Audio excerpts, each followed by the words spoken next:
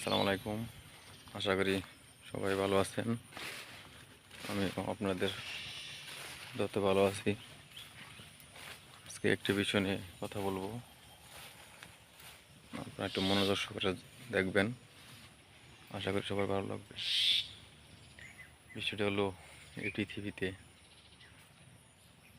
নারী সকল ধ্বংসের মূল।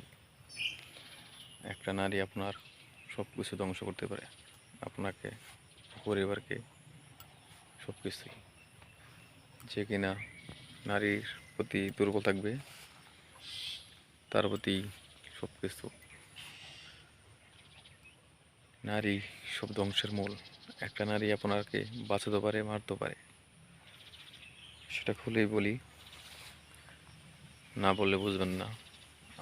আপনাকে যদি কোনো নারীকে, একটি মেয়েকে ভালো লাগে, দেখবেন আস্তে আস্তে তারা ভালোবাসবেন। ভালোবাসতে বাসতে এমন সময় যাবে, দেখবেন এমন আসক্ত হবেন, এমন এক পর্যায়ে আপনাকে এমন ঠকাবে যে আপনার জীবনটা শেষ হয়ে যাবে।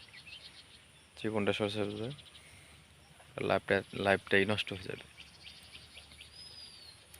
তাই আপনারা কোনো নারীর ছলনা প্রলোভনে কখনো কান না দিয়ে, পাত্তা না দিয়ে, ওই নারীর প্রতি আকৃষ্ট না হয়ে, লোভ লালসা না বাদ দিয়ে নিজের এবং নিজের পরিবারের প্রতি খেয়াল রাখবেন সবাই, যাতে কোনো নিজের পরিবারের বাবা মা আপনাকে যে মেয়েটিকে পছন্দ করে বিয়ে করাবে, বিয়ে দিবে, তাকে নিয়ে সংসার করবেন।